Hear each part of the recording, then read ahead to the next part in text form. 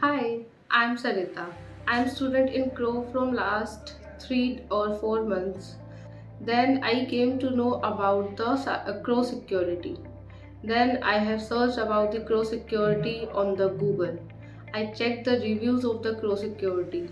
Then I got that this institute is good for me for my career and the career growth. So I have contact in the crew and my counselor was Preena ma'am. She have guided me and also told me about the various diplomas and various career growth in this field. So I joined the Crow Security and my first module was networking and my trainer was Mr. Uh, Param sir. He has guided me about the networking, basic networking, routing switches, and OSI and TCP/IP model. He taught me like very good.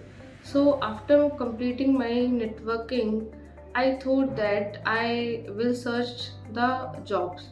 Then I went to the placement cell where Mr. Pavan sir and Miss Mansi ma'am guided me, took my PD sessions and also taught me that how to build my resume. There's so many companies are coming over here, so I applied for one of the company which is MapleCloud Technologies. After applying, interview will be scheduled, so I went to the company and gave the interview. After giving the interview, I got a call from the company side and they have told me that you are selected.